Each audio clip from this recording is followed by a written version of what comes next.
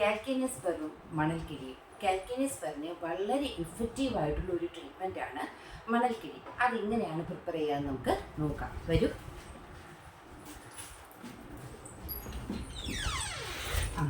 Sister മണൽക്കിഴി prepare ചെയ്യാൻ തുടങ്ങിയായിരുന്നോ? Okay. ഇതിൽ ഇന്ദുപ്പ് add ചെയ്തായിരുന്നോ? നമുക്ക് നോക്കാവോ? ഇതിൽ മണലും ഇന്ദുപ്പും ഒരുമിച്ച് ആഡ് ചെയ്ത് മിക്സ് ചെയ്തെടുത്തേക്കുവാണ്. നിങ്ങൾ ചെയ്യുമ്പോൾ ശുദ്ധിയായിട്ടുള്ള മണൽ വേണം എടുക്കേണ്ടത്. അതിൻ്റെ അകത്ത് കുപ്പിച്ചിലും ഒന്നും കാണരുത്. അത്ര വൃത്തിയുള്ള മണലായിരിക്കണം എടുക്കേണ്ടത്. അതിനുള്ളിൽ ഇന്ദുപ്പ് ആഡ് ചെയ്യുക. ഇന്ദുപ്പ് ഇല്ലാത്തവർക്ക് എന്താ ചെയ്യേണ്ടത്? കല്ലുപ്പ് ആഡ് ചെയ്യുക. ഇതിനെ നമുക്ക് ഉരുളിയിലിട്ട് ചൂടാക്കാം. ഉരുളിയില്ലെങ്കിൽ ചിനിച്ചട്ടി എടുത്താലും മതി. നോക്കാവോ?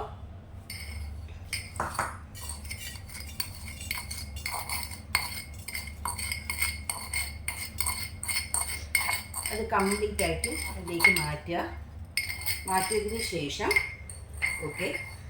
അടുത്ത് നമുക്ക് വെളുത്തുള്ളിയാണ് കേട്ടോ. ഇത് വെളുത്തുള്ളി ചതച്ചെടുക്കുക. വെളുത്തുള്ളി ഇതിലേക്കിട്ട് നന്നായിട്ട് ചതച്ചെടുക്കുക. ആ സമയത്ത് ഈ മണൽ നല്ല രീതിയിൽ ചൂടാക്കി എടുക്കുക. മണലിൽ ഈർപ്പമൊന്നും വരാൻ പാടില്ല. നല്ല രീതിയിൽ തന്നെ ചൂടാക്കി എടുക്കുക കേട്ടോ. മതിയാവും സിസ്റ്റർ, മതിയാവും. ഓക്കെ, ഇതിലേക്ക് ഇട്ടോളൂ.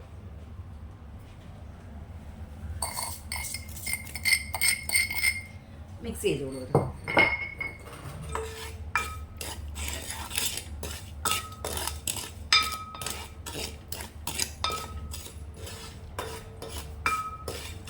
അടുത്ത് എന്താ ചെയ്യേണ്ടത്? നോക്കൂ, നാരങ്ങയില്ലേ? ഈ നാരങ്ങ ഇങ്ങനെ ചെറുതായിട്ട് അരിഞ്ഞ് വെക്കുക. കുരു ഇതിൻ്റെ അകത്ത് വരാൻ പാടില്ല. സീഡ്സ് ഫുള്ള് റിമൂവ് ചെയ്ത നാരങ്ങ ആയിരിക്കണം. ഈ നാരങ്ങ ഇതിലേക്ക് ഇട്ട് കൊടുക്കുക. നന്നായിട്ട് ചൂടാക്കി എടുക്കുക. നാരങ്ങയുടെ ജലാംശമൊക്കെ മാറുന്ന രീതിയിൽ നന്നായിട്ട് ചൂടാക്കി എടുക്കുക. പിന്നെ ഇതിൽ കടുക് ഇടുന്നവരുമുണ്ട്. നമുക്ക് കടുകും ചെയ്യാറുണ്ട് കേട്ടോ. ട്രീറ്റ്മെൻറ്റ് സൈഡിൽ ഡിസീസ് ഓറിയൻറ്റഡ് ആയിട്ടാണ് മെഡിസിൻസ് മാറ്റുന്നത്. അതിൻ്റെ ഉള്ളിലേക്ക് നമുക്ക് കുറുന്തോട്ടി പൊടി ഉണ്ടെങ്കിൽ കുറുന്തോട്ടി പൊടി ചേർത്ത് കൊടുക്കുന്നത് നല്ലതായിരിക്കും. ഇതിപ്പോൾ ഈസി ആയിട്ട് നമുക്ക് വീട്ടിൽ ചെയ്യാൻ പറ്റുന്നത് ഇത്രയും കാര്യങ്ങൾ: മണൽ, ഇന്ദുപ്പ്, വെളുത്തുള്ളി, നാരങ്ങ. ഇത്രയായിട്ട് ഇതേ രീതിയിൽ മിക്സ് ചെയ്യുക. അതായത് ഇത് ഏകദേശം നല്ല പാകമായിട്ടുണ്ട്. ഓഫ് ചെയ്യാം.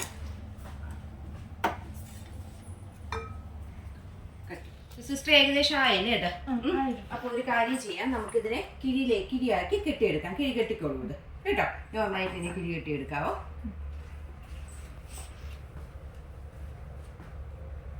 നോക്കിക്കോളൂ.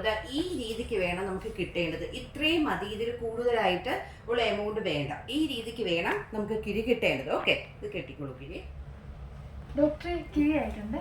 അപ്പോൾ നമ്മുടെ കിഴി റെഡി ആയിട്ടുണ്ട് കേട്ടോ.